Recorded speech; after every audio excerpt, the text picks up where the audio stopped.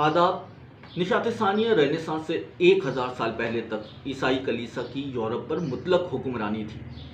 अदम रवादारी, तासुब और तवहुम परस्ती ने हुसूल इल्म और साइंसी मुताले को नामुमकिन बना दिया था। आज़ाद सोच की हर कोशिश से बदगुमान कलीसिया ने ऐसी हर तालीम को नाजायज़ करार दे दिया था जो बराह रास्त ईसाई तालीमात के मुताबिक नहीं थी।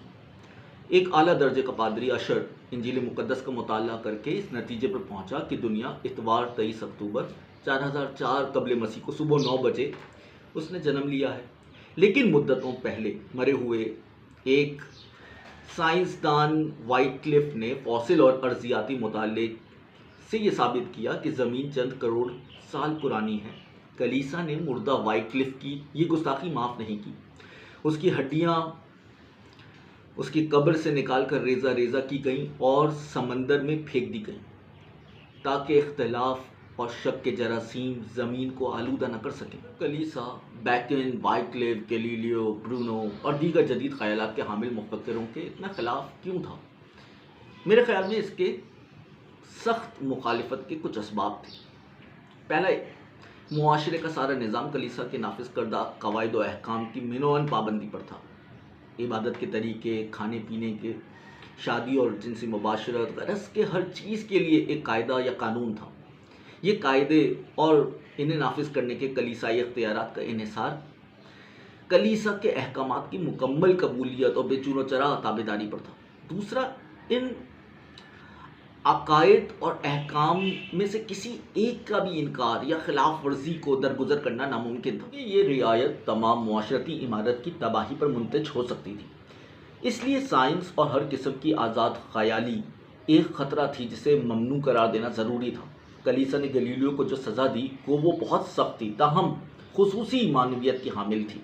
इस ज़मन में बर्नार्ड शा का तज्ज़िया मुलाहिज़ा हमारे साइंसदानों का मकबूल मौजू है, लेकिन असल नुक्ता ख़ता हो जाता है जब वो ये कहते हैं कि मुतनाज़ा मामला ये था कि आया ज़मीन सूरज के गिर्द गर्दिश करती है या ये एक साकिन मरकज़ है जिसके गिर्द सूरज घूमता है। दरअसल मामला ये नहीं था। कलीसियाई अरबाब इख्तियार को जो फ़िक्र लाहक हुई वो ये थी कि आया ईसाई मज़हब इस दरियाफ़्त के सदमे की ताब ला सकेगा, क्योंकि एक तरफ तो वो ये समझते थे कि न सिर्फ ईसाई तहज़ीब बल्कि सारी दुनिया की तहज़ीब का इन्हिसार ईसाई मज़हब पर है, और दूसरी तरफ वो इन किस्सों को सच समझते थे जिनमें जंग गयान में जोशुआ जंगी हिकमत अमली से लेकर हज़रत ईसा की आसमान पर उठाए जाने का तस्करा करता था। चुनाचा उन्हें डर था कि कहीं ये पता न चल जाए कि इन सहीफ़ों और किस्सों का खालिक एक ऐसी हस्ती है जिसे मादी कायनात की हकीकत का इल्म नहीं। सेंट पॉल ने कहा, बीमारी शैतान के कभी आमाल हैं। कलीसिया के बाख्तियार फ़र्द ऑरिगन ने कहा, ये अफीद हैं जो कहत, बंजरपन, हवा की कसाफत, वबाई बीमारियां पैदा करते हैं। वो निचली फ़िज़ा के बादलों में छुपे रहते हैं और कुफ़ार जब उनको दियोता जानकर खून और खुशबू पेश करते हैं तो वो कशिश महसूस करते हैं। वो पंजुम के अहकाम के मुताबिक तमाम कुतुबा पर लाजिम था कि वो रूह के तबीब को भी बुलाएं, क्योंकि जिस्मानी बीमारी अक्सर गुनाह का नतीजा होती है। चूँकि शयातीन और बदरूहें बीमारी का सबब होती हैं, इसलिए इलाज मुक़द्दस तबर्रुकात के ज़रिए आसे उतार कर करना चाहिए। कलीसिया न सिर्फ रूह का मुहाफ़िज़ बल्कि जिस्मानी सेहत का भी अमीन था, क्योंकि कलीसिया के नज़दीक चेचक, हैज़ा वगैरह खुदा की तरफ से नाजिल होने वाले कहर थे।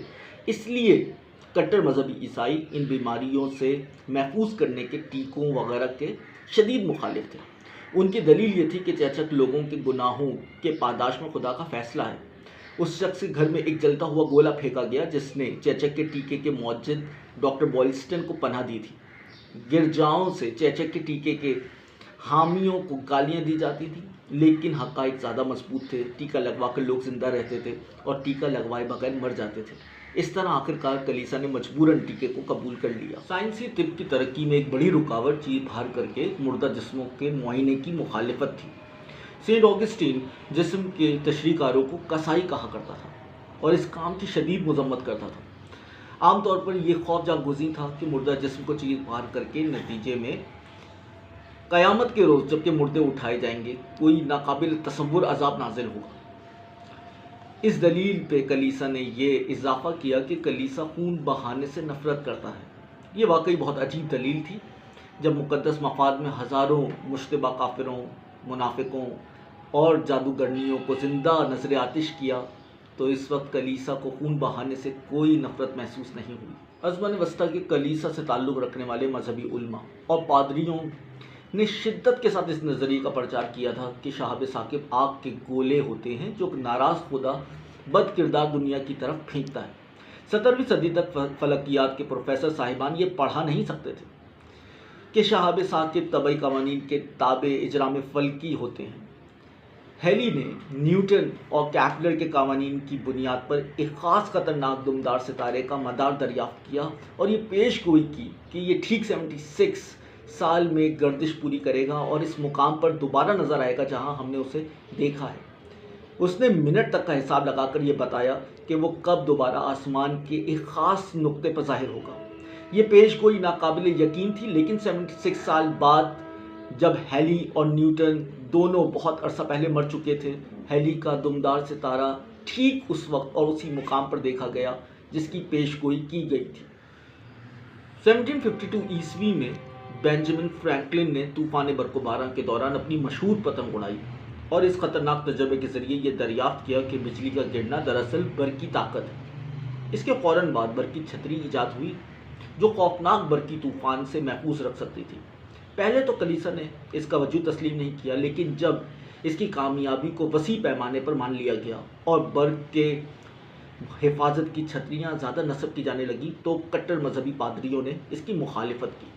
ان چھتریوں کی کلیسائی مخالفت زیادہ عرصے تک جاری رہتی اگر بجلی گرنے سے وہ گرجے منہدم نہ ہوتے جن پر چھتریاں نصب نہیں کی گئی تھیں۔ جرمنی میں 1750 سے 1783 کے درمیان بجلی گرنے سے تقریباً 400 گرجاؤں کو نقصان پہنچا اور 120 گرجاؤں کی گھنٹی بجانے والے ہلاک ہوئے۔ دلچسپ بات یہ ہے کہ شہر کے کعبہ خانے جن پر چھتریاں نصب تھیں محفوظ رہے۔ اس کے علاوہ جدید دنیا نے رومن کیتھولک کلیسا کے وہ مظالم نہیں بھلائے ہیں جو اس نے سائنسدانوں پہ کیے۔ خصوصاً گیلیلیو پر کیا گیا ظلم ایک علامت بن گیا ہے کیونکہ اسے اپنے سائنسی نظریات کی مذمت کرنے پر مجبور کیا گیا۔ 9 مئی 1983 کو ویٹیکن کی ایک خصوصی تقریب میں پوپ پال روم نے ایک بیان جاری کیا جسے گیلیلیو کے واقعے کا سرکاری معافی نامہ سمجھنا چاہیے۔ نہیں ہے کہ کرۂ ارض پر تمام ممالک میں سے اسلامی ممالک سائنس کے میدان میں سب سے زیادہ پسماندہ ہیں۔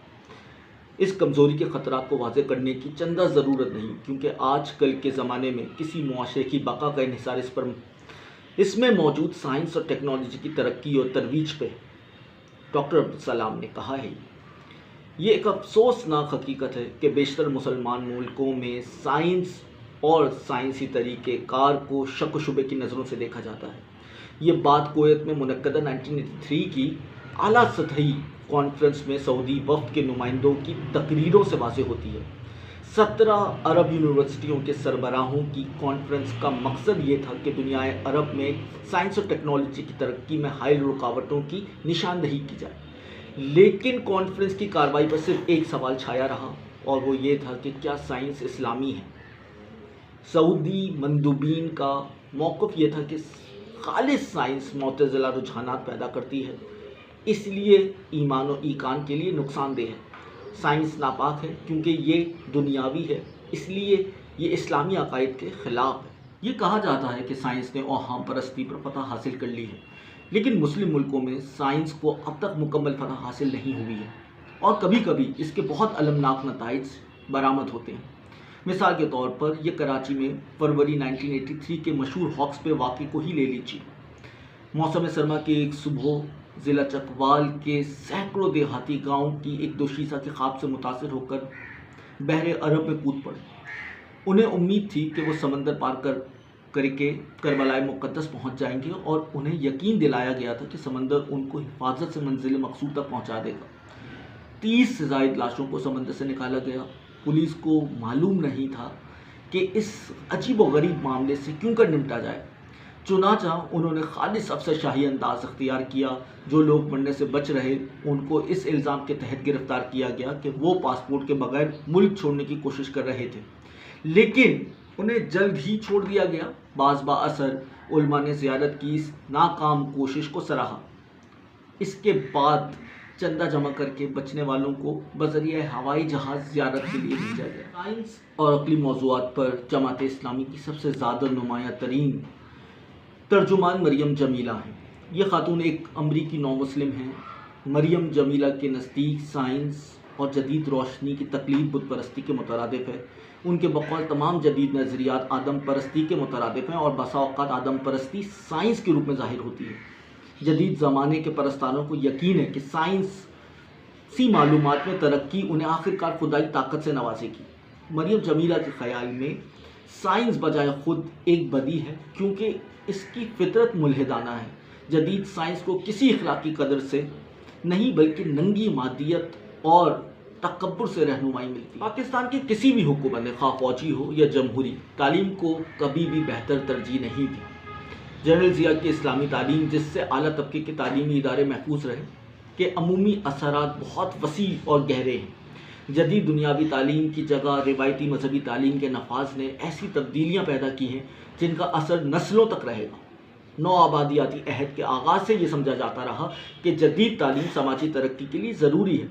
नेज़ कि समाजी तरक्की अच्छी चीज़ है, लेकिन 1977 में इसकी खुलकर मजम्मत की गई और माजी की इस्लामी शान व शौकत के हुसूल को मकसद करार दिया गया। ये मकासद हासिल करने के लिए तमाम जदीद इमरानी मज़ामीन और नेचुरल साइंसेस को इस्लामी बनाने की पॉलिसी इख्तियार की। जदीदियत और साइंस का चोली दामन का साथ है और साइंस खिरतमंदी का नहायत नफीस मज़ा है। लेकिन ये याद रखिए कि नौ आबादियाती मुल्कों में आवाम ने साइंस को उससे पैदा करदा अशिया से जाना था, ना कि एक तर्ज़ फ़िक्र के तौर पर। हम आज भी मगरब के ताजराना जाल में फंसे हुए हैं और पाकिस्तान जैसे मुल्कों में साइंस को जदीद हथियार, जहाज़, टेलीविज़न, गाड़ियों और रेडारों के मुतरादिफ समझा जाता है। मुल्क का बालाई तबका भी साइंस की असलियत से वाकिफ़ नहीं और नहीं जानता कि जदीद साजो सामान की पैदावार के पसे पर्दा क्या साइंसी उसूल कार फरमा है। चुनाचा वो इसकी ज़रूरत महसूस ही नहीं करते कि मुल्क में साइंसी तालीम का खातिर ख्वाह निज़ाम बनाया जाए। एक जदीद मुआशरे में तालीम का मकसद वाज़ेह तौर पर ऐसे अशख़ास पैदा करना है जो तनकीदी सोच रखते हैं और अक़ल की क़ुव्वत के कायल हैं। इस्लामी तारीख़ और सक़ाफ़त में हमें ऐसे मुफ़क्किरों और दानिश्वरों की मिसालें मिलती हैं जो जदीद ख़याल के बानी समझे जाते हैं। उनमें इब्न सीना, इब्न रुश्द और अल राज़ी शामिल हैं। जदीदियत को तस्लीम करने का मतलब कतई ये नहीं है कि रूहानियत को रद्द किया जाए, बल्कि इससे मुराद है कि हाल और मुस्तक़बिल को तरजीह दी जाए और नए ख़यालात और तजर्बात के लिए गुंजाइश पैदा की जाए। जदीद सोच का मालिक शख्स अक़ल की बालादस्ती को कबूल करता है और उसे एतमाद होता है कि मनसूबाबंदी और अमल से हालात बदले जा सकते हैं। वो तस्लीम करता है कि दूसरे ऐसी राय रख सकते हैं जिससे वो इख्तलाफ रखता है और वो फ़र्द के हुकूक़ और खुसूसियात की हैसियत मानता है। उसके नज़दीक ये सब हर सबब का मुसब्बब है और ये कि साइंसी तरीक़ेकार पर अगर अमल किया जाए तो हर मज़हर की वजह मालूम की जा सकती है। उसकी फैलेसी आप कमिट करते हैं जब प्रेमिसेस और कंक्लूजन के दरमियान लिंक डिपेंड करता है किसी इमेजिन्ड कॉजल कनेक्शन पे जो एग्जिस्ट नहीं करता है। रीडर या लिसनर को लगता है कि कंक्लूजन इन्हिसार करता है इस सपोजिशन पे कि एक्स कॉज करता है वाई को, जबकि एक्स कॉज नहीं करता है वाई को। मसलन पिछले 2 माह में चीयर लीडर्स ने अपने बालों में जब ब्लू रिबन पहना है, हमारी क्रिकेट टीम को शिकस्त हुई। इसलिए अगली शिकस्तों से बचने के लिए चीयर लीडर्स को ब्लू रिबन पहनने से रोकना चाहिए। शुक्रिया।